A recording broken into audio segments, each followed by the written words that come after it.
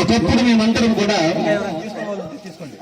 ఎవరో వచ్చి ఇలాగ స్వార్థం ప్రకటిస్తుంటే మీలాగా గోళ్ళ అవతల చేరి ఇళ్లలో చేరి నిద్దులు పైన చేరిని చెప్తున్న వారిని చూసి వీళ్ళకేం పని లేదు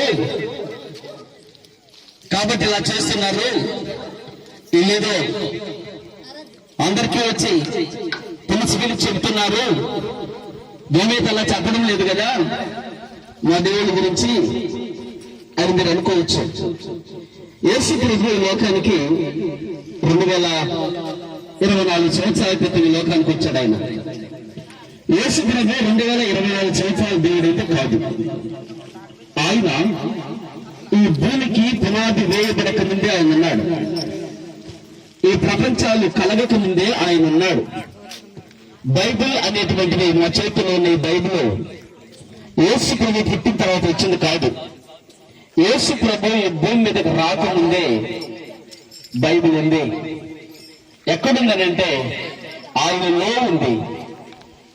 జగత్ పునాది వేయబడక ముందే మనిషి అనేటువంటి వ్యక్తి ఆయనలో ఉన్నాడు, ఆయన స్వరూపములో ఉన్నాడు. అయితే ఆ దేవాది దేవుడు సృష్టిని కలగజేసినప్పుడు దేనివల్ల ఆయనకు సంతోషం లేదు, దేనివల్ల ఆయనకు ఆనందం లేదు. ఒక మాట చెప్పనా, నీకు పెళ్ళైతే 1 సంవత్సరం బిడ్డలు పట్టకపోతే ఏంటి నాకు బిడ్డలు పుట్టలేదని బాధపడతావు. 2వ సంవత్సరం పుట్టకపోతే కూడా బాధపడతావు. ఎందుకని? తల్లిదండ్రులకి బిడ్డలే ఆనందం, బిడ్డలే ఆస్తి, బిడ్డలే వారికి కావలసినటువంటి ఎండి బంగారాల కంటే కూడా బిడ్డలు ముఖ్యం. ఎన్ని కష్టాలు ఎన్ని బాధలున్నా బిడ్డలు చేస్తానే ఆ కష్టాలు ఆ బాధలు తల్లిదండ్రులు మర్చిపోతారు. అందుకనే దేవుడు ఒక్కడే ఉన్నాడు, ఆయన ముందు ఎవరు లేరు, ఆయన తర్వాత ఎవరు లేరు. అయితే ఆయన అనుకున్న ఆలోచన ఏంటంటే ఈ సృష్టిని అంతా చేశాడు, ఆయనకు సంతోషం కలగలేదు. ఈ సృష్టిలోని జంతువులు చేశాడు, నదులు చేశాడు, ఆయనకు సంతోషం కలగలేదు. అయితే సంతోషం ఎక్కడుందనంటే నేను చెప్పాను కదా, నీ బిడ్డలు చూస్తే నువ్వు ఎలా సంతోషపడతావో అందుకని దేవుడు ఆయన స్వరూపంలో మానవుని చేశాడు. ఆ మానవుడు ఈ లోకంలో బ్రతుకుతూ ఉండగా దేవుని ఆజ్ఞకు మీరి చీకటి అనేటి మరొక వ్యక్తి ద్వారా ప్రేరేపించబడి తప్పు చేశాడు, పాపం చేశాడు. అయితే పాపం వల్ల వచ్చే జీతం ఏంటో తెలుసా? మా నెలంతా పనిచేస్తే నీకు 1000, 2000, 10,000 వస్తుంది. పాపం వల్ల వచ్చే జీతం ఏంటో తెలుసా? మరణం. అదే మరణం అనుకుంటున్నావు? మా చచ్చిపోతే తీసుకెళ్లి శ్మశానంలో పూజ చేస్తారే ఆ మరణం అనుకుంటున్నావా? కాదే కాదు. అది 70 సంవత్సరాలు 50 సంవత్సరాలకు చనిపోతే పూజ చేస్తారు. నువ్వు అనుకుంటున్నావేమో బాధలు కష్టాలు బట్టి చచ్చిపోతే బాగున్నావు, ఈ రోజుతో నా జీవితం ముగించబడింది అనుకుంటున్నావేమో. నీకు తెలుసా, నీ జీవితం చాలా విలువైంది, నీ జీవితం చాలా చాలా విలువైంది. అందుకని ఈ లోకంలో చనిపోయిన తర్వాతే నీ జీవితం ఆరంభమవుతుంది. నువ్వు చనిపోయిన తర్వాతే నీ జీవితం ప్రారంభమవుతుంది. ఆ జీవితం శాశ్వతమైంది. 2 దారులని పాటిన్నాం కదా. ఒకటి 6 నగ్గిరంధ్రాలతో ఉండే గుణం, మరొకటి పరలోకం. మానవుడి లోకంలో చనిపోయిన తర్వాత శరీరాన్ని తీసుకెళ్లి మట్టిలో శ్మశానంలో పూజ చేస్తారు. కానీ ఇప్పుడు దాకా మానవుని నడిపించి మంచి చెడ్డలు గ్రహించుకునే ఆత్మ అది దేవుడిచ్చింది. దేవుడు మనిషిని మట్టితో చేశాడు. మట్టితో చేసిన తర్వాత మనిషి యొక్క నాసిక రంధ్రాలలో దేవుడు జీవవాయువును ఓటగా నరుడు జీవాత్మయ్యాడు. మరి జీవాత్మ ఎవ్వరు మనిషికి ఇవ్వలేరు పిల్లారా. ఎన్నో తయారు చేస్తున్నారు, కానీ మనిషిని ఎవరు తిరిగి బ్రతికించలేరు. ఎందుకంటే దేవుడు జీవాత్మ ద్వారా బ్రతికించాడు మనిషిని. అయితే ఆ మనిషి చనిపోయిన తర్వాత పరలోకమో నరకమో 2 స్థలాల్ని స్వతంత్రించుకుంటాడు. అయితే మనిషి పాపం చేశాడు, మనిషి తప్పు చేశాడు, పాపం చేశాడు. ఏమిటా పాపం అంటారా? మీకే తెలుసు. దేవుని యొక్క ఆజ్ఞ ఏది కాదో దాన్ని అతిక్రమించాడు. దేవుని ఆజ్ఞ ఏది కాదో దాన్ని వ్యతిరేకిస్తున్నాడు. ప్రియులారా, ఒక త్రాగుబోతంలో జీవించితే అది దేవుని దృష్టిలో పాపం.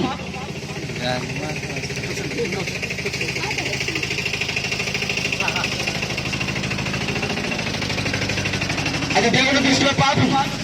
ఒక భర్త భార్యని విడిచి వేరొకరితో పాపం చేస్తే అది విభిచారం. భార్య భర్తను విడిచి వేరొకరితో పాపం చేస్తే అది విభిచారం, అది పాపం.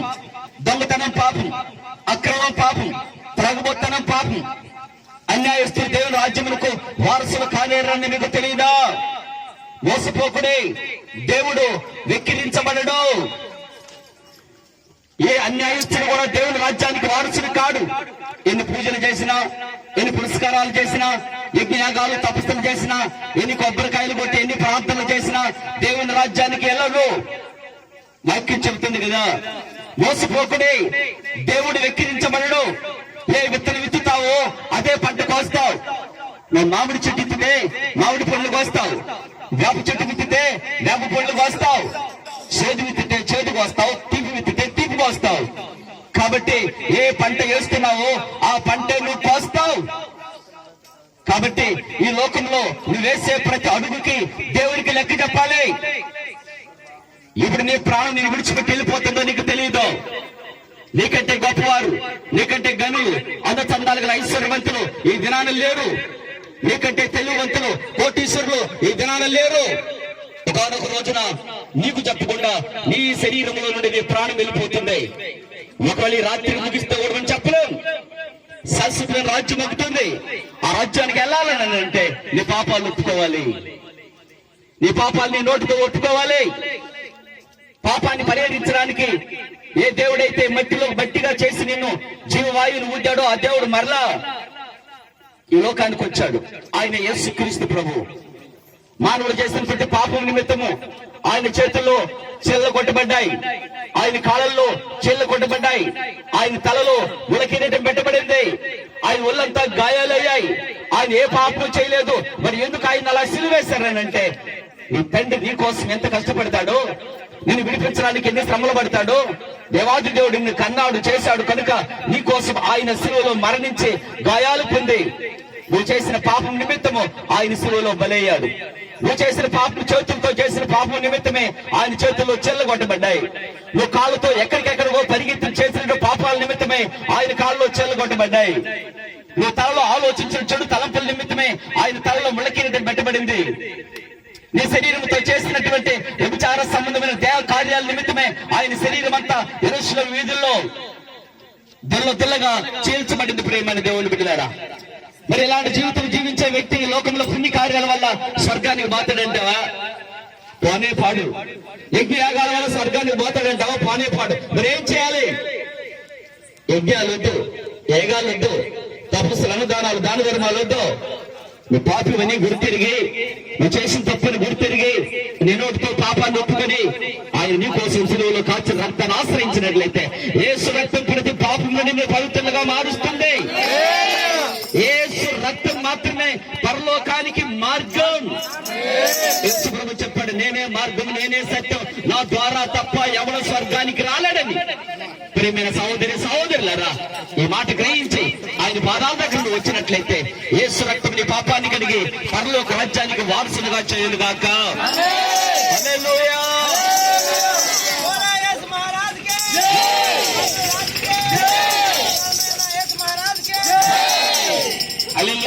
చివరిగా అన్న ప్రార్థన చేస్తాడు.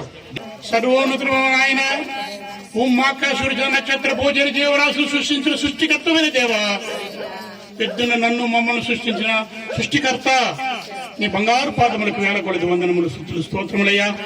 ఈ రాత్రి సమయంలో చిన్నలు, పెద్దలు, నడువయసు వారు, వృద్ధులు నా ప్రభా నీ సన్నిధిలో నా తండ్రి ఈ మాంబొట్టు గ్రామం నా తండ్రి అడుసు బురద అయినప్పటికీ కూడా నా ప్రభు నీ రక్షణ సువార్తను, నీ ప్రేమ సువార్తను ప్రకటించడానికి చినుకులు పడుతున్నప్పుడు కూడా నా ప్రభు వెనకాడకుండా నా తండ్రి నీ రక్షణ సువార్తను ప్రకటించి ఈ పెద్ద మాంబొట్టు గ్రామంలో ఉన్న ప్రతి ఒక్కరూ విన్నటువంటి వాడు, కూర్చొని విన్నవాడు, పడకల మీద విన్నవాడు, మిద్ది మీద విన్నవాడు, వీధుల్లో విన్నవాడు, నిజమైన దేవుని, సత్యమైన దేవుని, నేనే మార్గం, సత్యం, జీవమని విన్నారు. ఆ దేవుని ఎరగనట్టుకి ఇదే మంచి అవకాశం ఉన్న ప్రభు నేను స్తుతిస్తూ వస్తున్నాను. నీ పరిశుద్ధాత్మని వల్ల నా తండ్రి ఈ మాంపట్టు గ్రామం పని వేయండి. నీ ఆహారం నీటి మీద మేము కొన్ని రోజుల తర్వాత కనబడుతుందని చెప్పావు తండ్రి.